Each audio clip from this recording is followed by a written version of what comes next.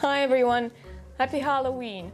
This is the last video in this 4-part series where I paint spooky movies, and I've saved the best for last, of course. Today we're going to be painting the ultimate Halloween movie, at least for me, Beetlejuice. And if you've been paying attention, he's actually been behind my back for a couple of videos now. Let's get into it.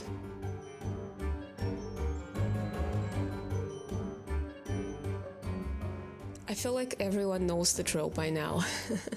Similar to the last 3 videos, I'll work on a sketchbook spread where I'll do a pencil and ink sketch on one side and then make a full oil painting on the other side. Because you don't want to damage the paper when you're painting with oils in your sketchbook, you have to isolate it first. That's why I covered the paper with 1 coat of sizing paste and 2 coats of gesso, mixing in some acrylic paint for the second coat to create a yellowish greenish tone. Someone commented under my previous video that to make the surface less slippery I can use clear gesso instead of the white gesso because it apparently has more grip, and I think I'll definitely have to give it a try sometime.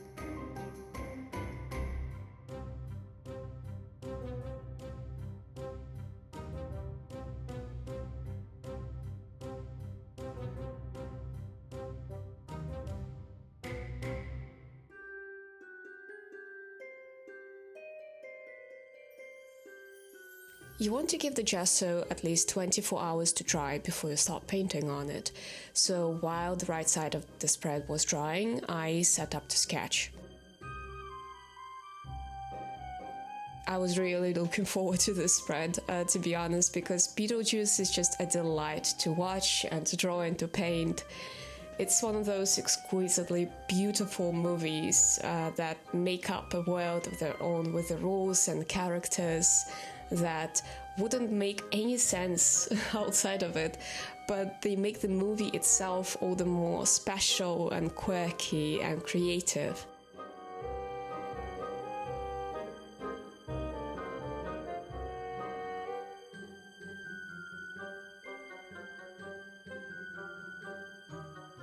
Even though to me it's an ultimate Halloween movie, it's not scary at all, and I don't think it was ever meant to be scary.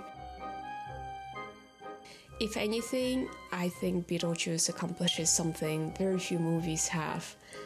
It makes us less afraid of death, showing it in this positive, humorous light, and it shows the afterlife as an extension of our life, with the same mundane problems that we have, such as having to queue for ages waiting to see your caseworker.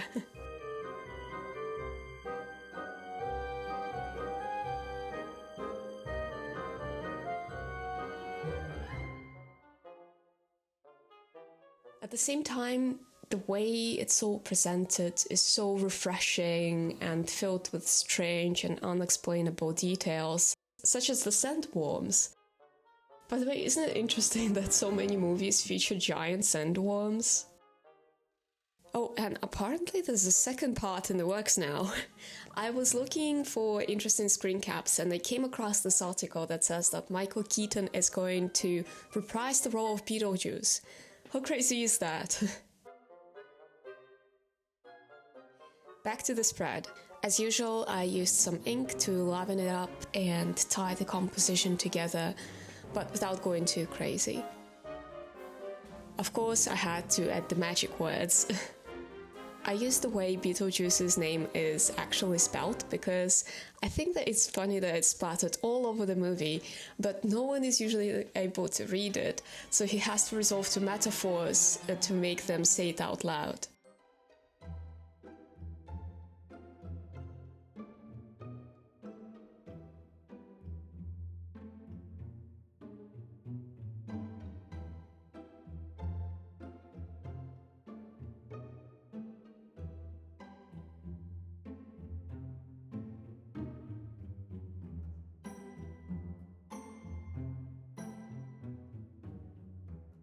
It's time for the main event. I used Cobra water mixable oils, a painting medium by them, a fast dry medium by Winsor & Newton, and some chalk.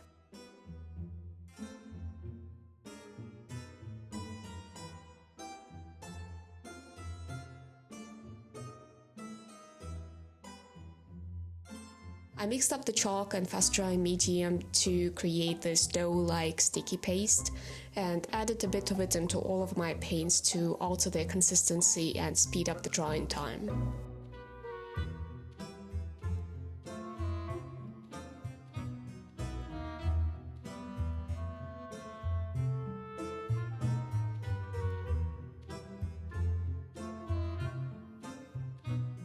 Of course, I had to choose the title character as my subject for the painting. He's just too fun to paint.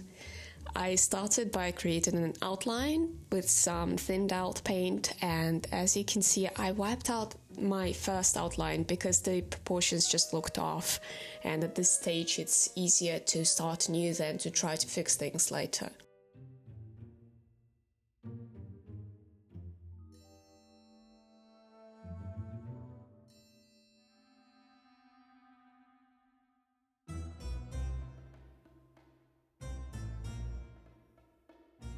I really need to give the clear gesso trick a try to see if I can make the paper less slippery, because it was still a problem this time. It was hard to create a solid layer of paint while painting alla prima, and I kept lifting the paint underneath all the time because it just didn't want to stick to the paper.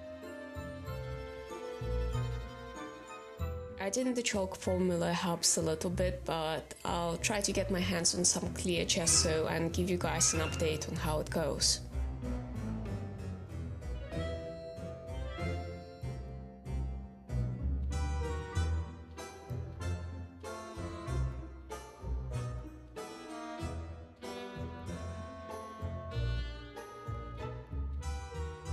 This portrait was a really interesting exercise in colors and values because of how Beetlejuice is lit in this scene. In general, this movie is awesome to study frame by frame because of the light effects that they use in it. They use a lot of green and blue lights and establish strong shades to create an interesting play of color and light, and I feel like it plays an immense role in establishing the otherworldly, ghoulish atmosphere in this film.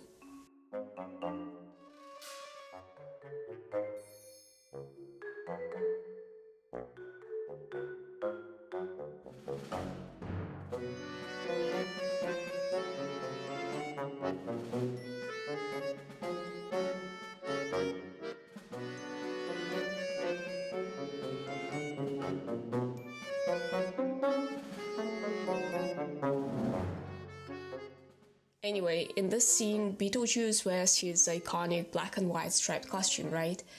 Yet none of the colors I see in it are actually black or white. It's because the reflected colors overpowered the local colors, creating a pattern of blues, browns, yellows, purples, and reds. Even though these color nodes themselves seem disorganized at first, once you bring them together and assemble the puzzle, so to say, an illusion of a striped costume is created. I think it's a very cool effect.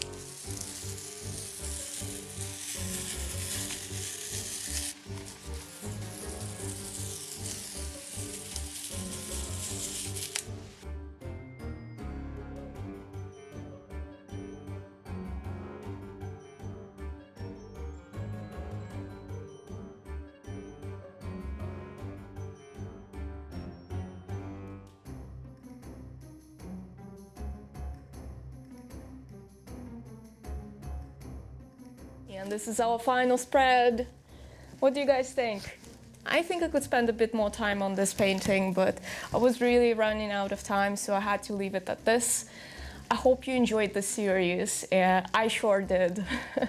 If you haven't seen the other 3 videos, I'm gonna put them down in the description, so go check them out. If you liked this video, please give it a thumbs up and consider subscribing to this channel for more art shenanigans, and I'll see you in the next one. Bye.